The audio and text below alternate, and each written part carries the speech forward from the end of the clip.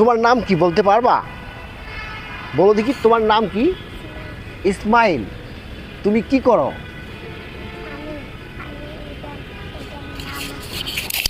এখানে তুমি কি করো? নামাজ পড়তেছিলাম। নামাজ পড়তাছিলা? তোমার সাথে কে কে আসছে? আমার আব্বু। তোমার আব্বু? দারুণ সুন্দর। তুমি এইভাবে নামাজ পড়ো কবে থেকে? ছোটবেলা থেকে। ছোটোবেলা থেকেই? বাহ, সে নামাজ পড়বা? হ্যাঁ, দেখো এই বয়সে সে নামাজ পড়া শুরু করে দিয়েছে। আর আমরা অনেক মুসলিম আছি, নামে শুধু মুসলিম, গরু খাওয়া মুসলিম। আমরা নামাজ পড়ি না, হেসকারি মস্করা করে আমরা এভাবে দিন পার করে দিচ্ছি। কিন্তু নামাজ ছাড়া কেউ কোনো দিন সেই বেহেশতের চাবি আমরা পাবো না। তাই প্রতিটি মুসলমানদেরকে নামাজ পড়তে হবে 5 ওয়াক্ত। আসুন আমরা 5 ওয়াক্ত নামাজ পড়ি এবং অন্য ভাইদেরকে নামাজ পড়তে উৎসাহ করি।